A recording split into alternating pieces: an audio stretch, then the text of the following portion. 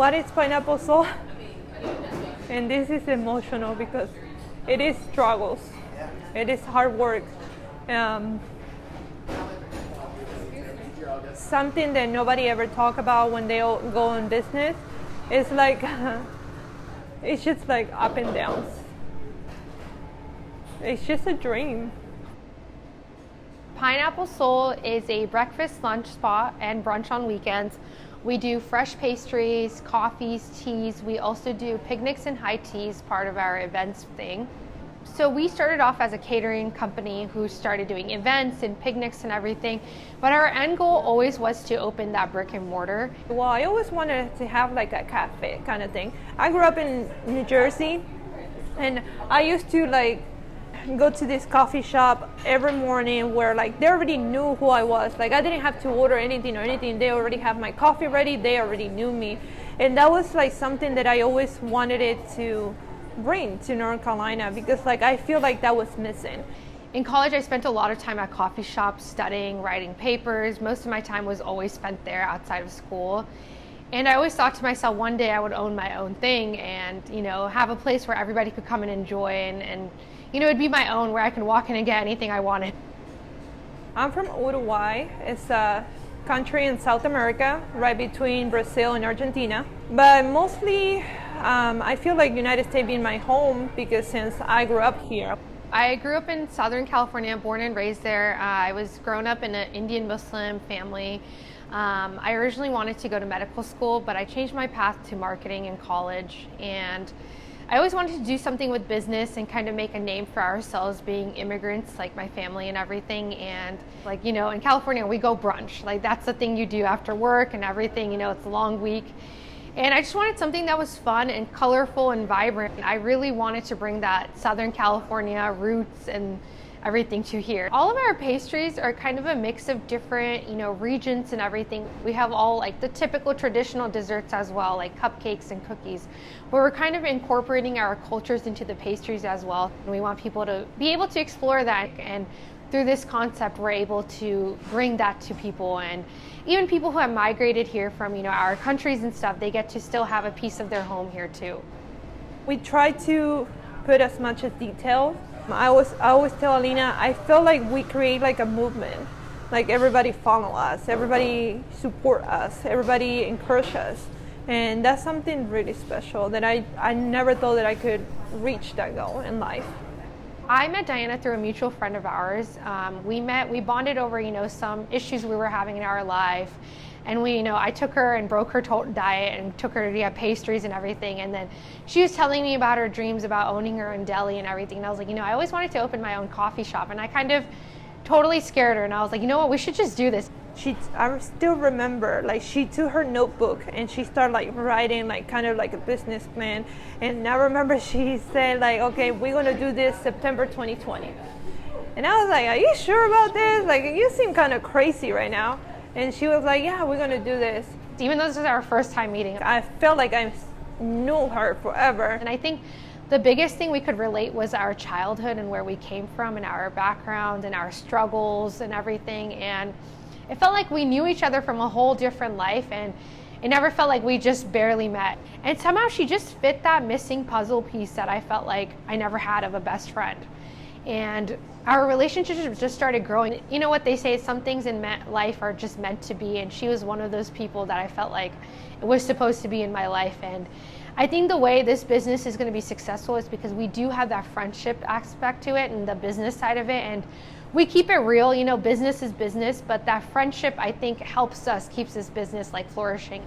We're always being honest whenever our flaws are, and we keep each other balanced. Like she has that food aspect of things and I have that marketing and business side of things. So bringing that together kind of creates this great team. My teenager age was like really hard, where I didn't have any support or anything.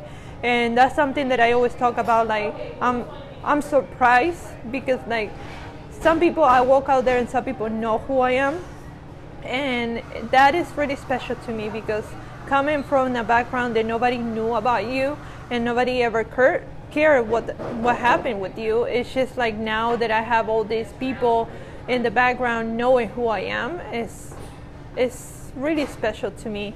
When Diana and I met during the pandemic, this was when like it was peak pandemic in June, where nobody was giving out loans to anybody. A lot of businesses were shutting down, especially in the food industry, and people were really struggling to get it. And like all the loan offerings through SBA or PPP loans, they were giving it to you if you were running a business for 3 years. But what about the businesses that started, during the pandemic or right before the pandemic? And I always thought giving best ideas come when you're struggling, and the pandemic was like the best way to be like, you know what, this is the perfect time to give birth to a business because you have all the time in the world. And the journey from June to December in 2020 was all about us just making our pitch deck, our business plan, finding people who would want to listen to us and help us find money. But it was a lot of rejections because one, we never owned a business before like this. We didn't have $1 million in our accounts. We were really young and people just didn't trust us. Something that I learned, it's hard to put your vision out there because not everyone see it. Even when we started, everybody judged us. Like, how are you guys going to do this over the pandemic? It went to a lot of stress for the point that I did not know what I was doing. But then it felt like a relief after it was done. And I think Alina posted a picture on social media of us two sitting out there after the media night was over. And she was like, I'm not sure about this picture. And I was like, it's a perfect picture because you can totally see the expression on our face, how tired we were. We were like working until 3 a.m. in the morning, 3 days before the media night, building tables and chairs. And then like the satisfaction that I feel when everybody got here and they start doing whatever we pictured, like the selfie wall, like how people was taking pictures on the selfie wall. Like they knew what was the vision that we have, and they did everything that we were expecting people to do. All of our space has been designed for the typical social media area, and the quote over there says, come as you are, which means right before you enter, we want you to be who you are. You don't have to change or anything. You can come here, have fun.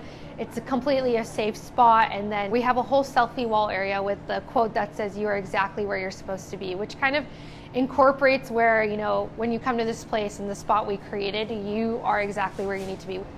For me, this is like having a baby. When you have your first baby, you're just not sure to put it on daycare. You're not sure like if the babysitter you're gonna hire is gonna be good enough to take care of your baby, I feel the same way. If I have to relate, letting grow this business, I don't know. So what are you most proud about when it comes to Plan After School? I need a minute. Yeah.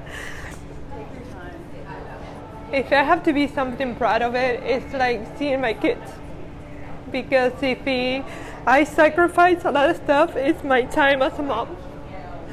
I was talking to Alina and I was like, I feel like I am failing as a mom because like I don't know the teachers on this school year because I've been so deep down into work.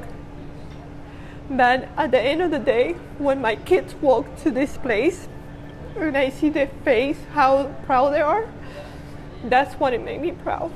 It made me proud that they see the hard work that I put into it. That's something that I always, it's like a boost of energy, like, oh my God, all this is worth it.